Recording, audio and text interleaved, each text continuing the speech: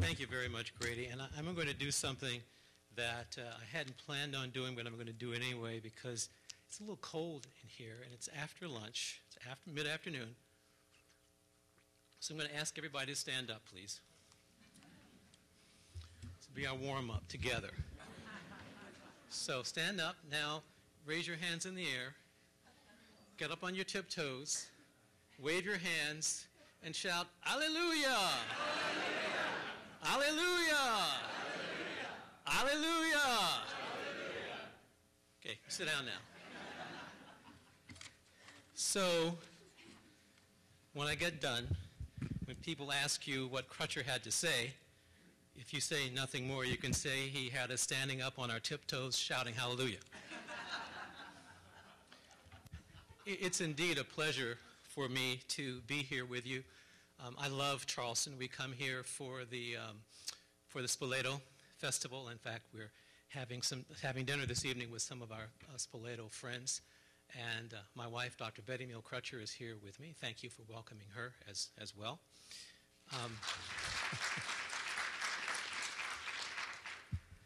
When John Churchill called me, it was and told me the title of the meeting, it was an easy yes, because I feel very passionately about the role of the arts and humanities, and I'm going to continually say the arts and the humanities, because they play such a critical role in nurturing the minds and hearts of our students. In Arts of Living, Reinventing the Humanities for the 21st Century, Kurt Speldmeyer asserts that those of us in the humanities and in the academy have created a culture that is distant from the real world. While in his book he does not suggest that we stop reading literature or studying history and philosophy, he does suggest, however, that we read literature in such a way to help students make sense of the world. I thought of Speldmeyer last evening as I listened with rapt attention to Lynn Pasquarella's thought-provoking talk, and particularly her notion of humanities practices really struck a chord with me. And while this is not going to be my theme today, it reminded me, it took me back to 1993 when at a national meeting of artists, I suggested that artists and musicians ought to think of themselves as artist communicators. And because of their important role in building audiences for the future, that is to say, rather than simply honing your skills, learning to be the best cellist you possibly can, and expecting someone else to build the audiences, that artists themselves have a role to play in ensuring that these art forms continue. But that's another speech, another day. My focus this afternoon, however, is really going to be on the reason for your title. Are the humanities a luxury? The theme itself implies, at least to me, that there's a serious situation here, some kind of a crisis. And in fact, if you look and read the press, you know that a majority of the American public does not value an education rooted in the arts and humanities. They don't value it because there's a real disconnect. There's a disconnect between what they perceive to be, the public, meaning parents and students, what they perceive to be the best kind of education to ensure that they're successful in the 21st century, translate into an education that will get you a job, and to what we as educators, particularly those of us in institutions that value the arts, humanities, the liberal arts, believe. So my question to you is, what are you going to do about this gulf? In other words, how are you going to advocate effectively to ensure that the arts and humanities are not diminished in or totally eliminated from the curriculum? Now, I framed my talk this afternoon around the LEAP initiative. I have to do that as co-chair of the Leadership Council since its inception in 2005, but also with reference to the Wheaton Connections curriculum. Now, I'm certain that most of you, as members of ACAD, know, a partner institution of the ACNU, I might remind you, are familiar with LEAP. hopefully, but you're probably less familiar with the Connections curriculum at Wheaton College. And let me just briefly tell you about that. In the early years of this millennium, before I was at Wheaton, I went there in 2004, so it was around 2001, the faculty developed a new approach after having spent 2 years of inquiry and discussion about the kinds of learning students would need in order to prosper in the 21st century. The Connections concept requires students to enroll in a set of courses connected across disciplinary boundaries. During their deliberations, it became clear to the faculty that problem solving, decision making, and critical thinking would require cross-disciplinary borders, would require crossing cross-disciplinary borders more frequently. Put another way, students would need to make connections between and among disparate disciplines in order to function effectively. Each Wheaton student is required to take a set of courses that are connected across disciplinary boundaries. The courses are connected around a concept, idea, issue, or problem. A case in point, one of my favorite, living architecture, which connects courses in cell biology and art history through an examination of structures. English Professor Samuel Cole has written about a fascinating connection between modern physics and astronomy in a course examining the ways in which contemporary American fiction has been influenced by quantum theory and Heisenberg's uncertainty principle. And now an additional perspective this afternoon I want to talk to you about is my concern that we have often limited the educational landscape of a subset of students in higher education, primarily first generation and less advantaged students. And yet, these students are, quote, the most likely to enroll in institutions and programs that provide narrow training, end of quote. These students deserve to have the opportunity for their minds and hearts to be nurtured by the arts and humanities as well. Of course, we first have to convince their parents and the students that such a broad education in the arts and humanities will serve them well. And we probably need to do more than use Steve Jobs and the First Lady to help us in making that case.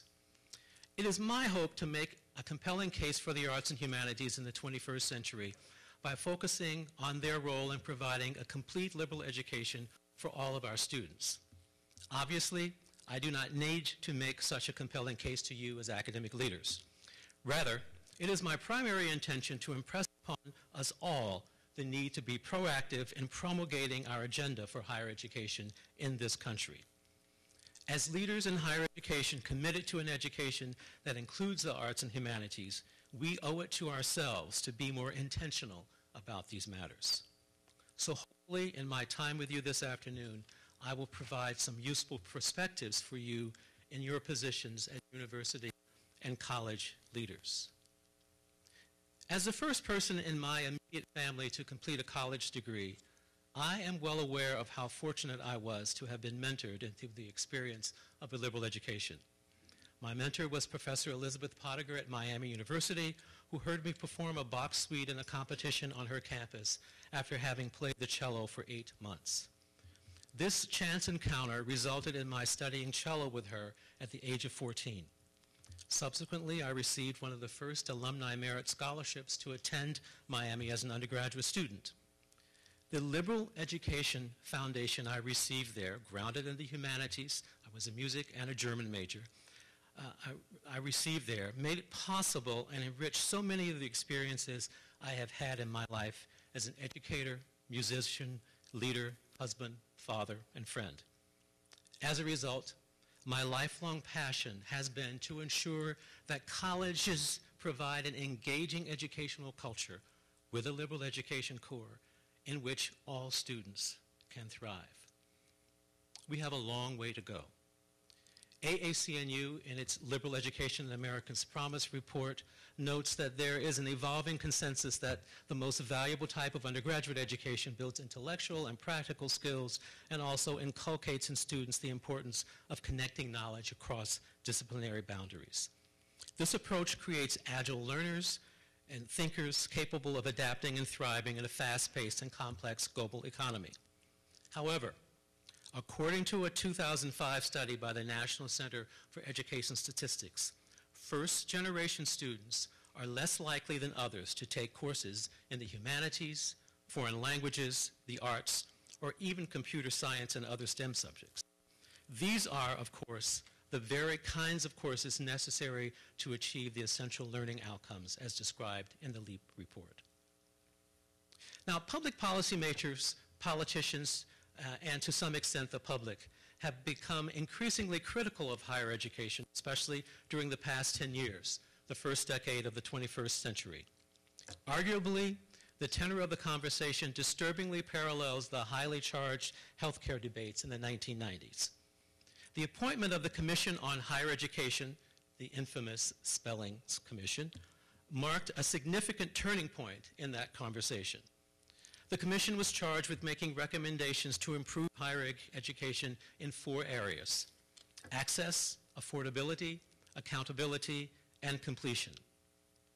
Ironically, there was very little discussion about the content of the higher education learning experience during the Commission's deliberations. In other words, there was no attempt to answer the question, access for what kind of education? To the extent that access, affordability, accountability, and completion have remained high priorities, the Obama administration has continued the conversation about higher education begun by his predecessor. In fact, the President has stated that the United States should be once again the world leader in the number of citizens receiving college degrees by 2020. This is an extremely ambitious goal. Much of the conversation about how to achieve this goal has centered on economic competitiveness, the acquisition of job-related skills, and the STEM disciplines as important components of a college education, that is, the for what. Now, with respect to the STEM disciplines, I would say, how many of you have heard of the STEAM movement, S-T-A-M? More of you should read about that. I mean, adding in arts, I wrote an article about that last year. And I would simply remind you, with respect to the STEAM, that is why it's important to have arts as part of the STEM, that if you think about what Steve Jobs did, I mean, he was a very different person from Bill Gates. What Steve Jobs did was to meld art with technology. He had that A, just as an aside. In a competitive global economy in which the U.S. Department of Labor estimates that learners will have 10 to 14 jobs by the age of 38, college graduates will need to be flexible learners with the ability not only to think critically, but also to synthesize and connect content from one discipline to another. Clearly, this cannot necessarily be achieved through narrow training for a particular job. As former Secretary of Education Richard Riley memorably put it, quote, "We are currently preparing students for jobs that don't yet exist, using technologies that haven't been invented in order to solve problems that we don't even know are problems yet," end of quote. I have no doubt that we all agree that the best possible preparation to meet the challenges of the 21st century is, in fact, a liberal education. Given the rapid pace and complexity of change in today's global economy, college graduates will need to be agile learners. They will need to develop capacities which will guide them in clarifying and adapting to developments in an ever-changing world. A foundational education in the arts and humanities, followed by integration of the skills and knowledge developed in this education within students' majors, will provide the educational experiences and intellectual rigor to help students hone these essential capacities. Of course, when I speak of a liberal education, I am not referring solely to liberal arts institutions. Rather, I'm referring to the liberal education that students in all of your colleges and universities get through their general education programs, irrespective of their area of concentration. In 2005, AAC&U embarked on an advocacy initiative, Liberal Education in America's Promise. The primary purpose of this initiative was to build strong public understanding and support for liberal education. It was developed through dialogue with academic and other national leaders, including business leaders and employers. As part of this initiative, AAC&U has engaged in conversations with business leaders and employers about what matters most in a contemporary college education. Interestingly, employers and business leaders across the United States also see the connections between liberal education and the demands of the new global economy. In other words, there is not that gulf. That was one of the things that we learned when we did some focus groups at AACNU about 10 years ago, that business people had more similar outcomes in mind for a higher education than parents and the students. Overwhelmingly, when queried in focus groups and surveys, the qualities that employers are seeking, effective writing, communication skills, analytical and problem-solving skills, the capacity to create connections across disciplinary, organizational, and cross-cultural boundaries, and the ability to work effectively in diverse groups, are precisely the qualities that students receive from a liberal education grounded in the arts and humanities. Students begin to build these capacities in their general education programs, but then hone them at much higher levels within the context of their own majors. And I might say, as an aside, that AACNU is about to take our employer surveys a step further, because we think, as part of LEAP, that some of the strongest advocates and voices we could possibly employ to help support the kind of education that we think is necessary for our students are CEOs of corporations. They've responded in their surveys. Now we want them to do some testimonials, and we'll be launching that sometime in January. As I hope you all know, AACNU developed a set of essential learning outcomes for all college and university students as part of the LEAP initiative. Colleges and universities can use these outcomes as a framework for developing their liberal education core curricula. Studies in arts and humanities play an important, in fact, I would say an integral role in each of the essential learning outcomes. And I'll just briefly tell you what they remind you of what they were. First, acquiring broad knowledge in human cultures and the physical and natural world. This represents the traditional idea of the liberal arts, emphasizing broad study of ideas from the humanities, histories, languages, art, as well as sciences, math, and social sciences. Focus by engagement with big questions, both contemporary and enduring. 2, developing intellectual and practical skills. Traditionally, a college education aimed to develop student abilities to think creatively, critically, communicate effectively, research and learn new information, understand and produce quantitative information, and assess the validity of that information. However, greater success in inculcating these skills can be achieved when study across the curriculum is designed intentionally to build these skills across both general education and the majors. 3, encouraging personal and social responsibility. Critics of higher education point to language of this type in critiquing the academy as a political organization. This misses the point. The goal here is not to promote a political perspective. Rather, the critical point is to encourage civic engagement, humanities practice, in local and global communities, and reasoned ethical behavior. And finally, integrating and applying learning. Ultimately, the student's success and higher education success will be determined by whether the skills and knowledge acquired through undergraduate study can be connected and applied to complex problems beyond the classroom, whether it is in professional life, civic practice, or the personal realm. With liberal education in America's promise, AACNU has set out to champion the importance of a 21st century liberal education for individual students and for a nation dependent on economic creativity and democratic vitality. LEAP challenges the traditional practice of providing liberal education to some students and narrow training to others. LEAP engages the public with core questions about what really matters in college, connects employers and educational leaders as they make the case for the importance of liberal education in the global economy and in our diverse democracy, and helps all students achieve these essential learning outcomes. Through LEAP, AACNU calls on the United States to make excellence inclusive so that all students receive the best and most powerful preparation for work, life, and citizenship at a time when the President would like to see 8 million more Americans obtain a master's degree by 2020, and that's less than 10 years away.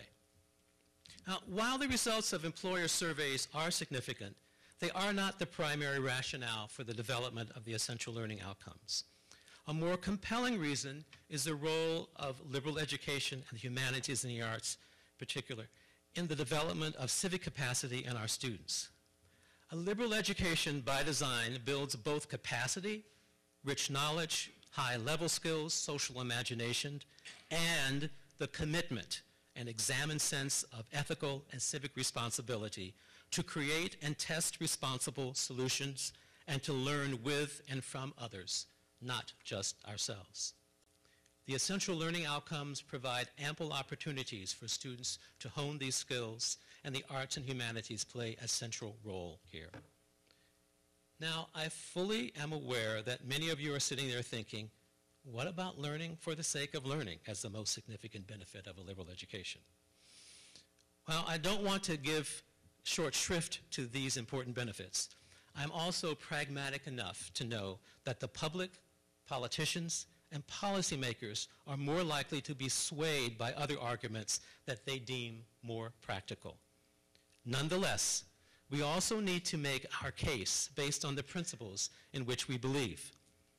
As academic leaders in higher education who feel strongly about the importance of the arts and humanities, we have to do a better job of making our case. In my opinion, the case needs to be framed in a manner that emphasizes the role of the arts and humanities in providing a different perspective on the world. And I want to share for you just something I found on a blog from a gentleman named Greg Crane, which is where he's talking about rethinking the humanities, advancing civilization in the violent world. He says, as we consider whether or not the humanities serve a public good and warrant public support, we cannot emphasize enough that these ideas are a matter of life and death. At the dawn of the 20th century, Kabul and Kandahar were almost as remote from New York as the moon is today. But in the first year of the 21st century, we saw that the most remote and geopolitically weak space on Earth could strike the centers of global power.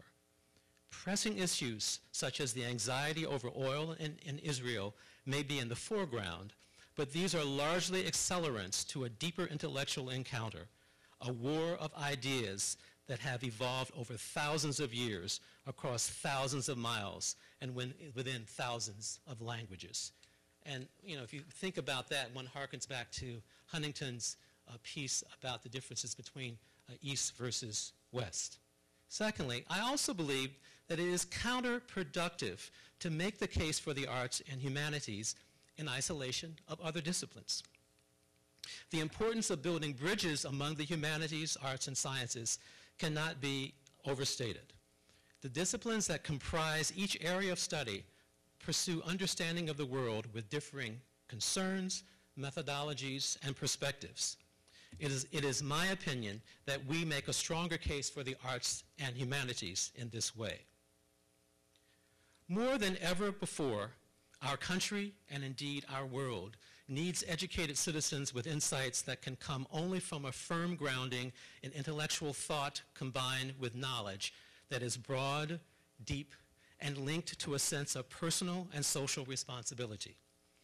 In his book, Consilience, E.O. Wilson makes a point about linking intellectual thought and knowledge with personal and social responsibility with great clarity, and I quote, "Most of the issues that vex humanity daily, ethnic conflict, arms escalation, overpopulation, abortion, environment, endemic poverty, to cite several most consistently before us, cannot be solved without integrating knowledge from the natural sciences with that of the social sciences and humanities," end of quote.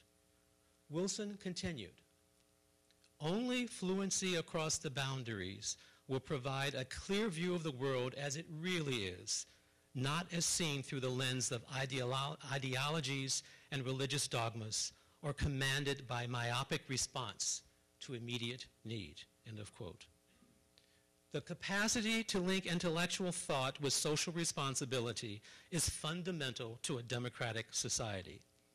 These qualities, together with the capacity to clarify and adapt to difficulties, to developments in an ever-changing world are the hallmarks of a liberal education, and the arts and humanities are situated right at the core of this education.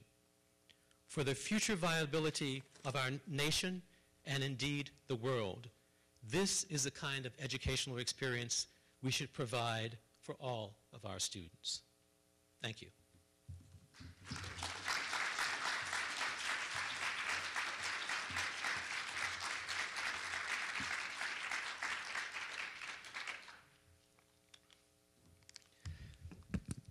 Questions, comments, issues?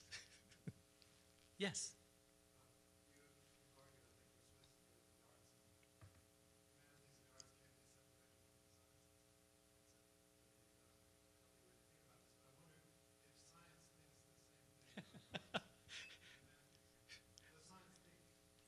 Yeah, very good point. Well, one of the things that I do science thing. Yes, he is basically he's saying that I've argued that there should be a connection between arts and humanities, but he says what do the scientists think of this? And you may know of C.P. Snow's The Two Worlds.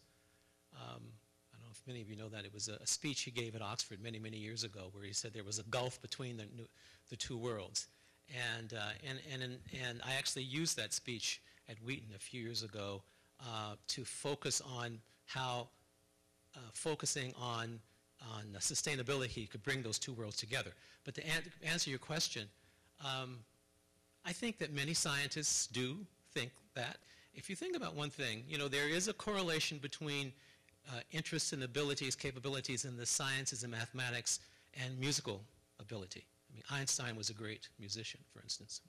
Although he was a great musician, he was a violinist and a violist. He may not have been great. And in many cities, in Boston being one of them, there is a physicians and doctors orchestra. In Cleveland, there is a physicians and doctors orchestra, and there's one out in LA as well. So there's certainly, what I would say, the answer to that is there's certainly many scientists who have those proclivities and those interests. To the degree that they act it out, I'm not certain. But let me share one anecdote for you. You heard me mention the living architecture connection at Wheaton as being one of my favorite. Well, that connection, and let me just say to you that if you teach a connected course, there are two courses which stand alone, which don't have to be taught at the same time, but the professors work together to work on this set of unifying themes, concepts, or whatever. Well, Bob Morris, who's a cell biologist, Harvard educated, wrote Evie Staudinger an email and said, I think we should do a connection with my cell biology course. She ignored his email because she said, surely he's made a mistake. She could. So eventually at the faculty staff dining room, Bob saw Evie and she said, I'm interested in doing a connection. At any rate, I mean, so he had the impetus. It was his interest, and they both benefited from it. But Evie, in fact, has used some of the concepts she's learned from cell biology in her analysis.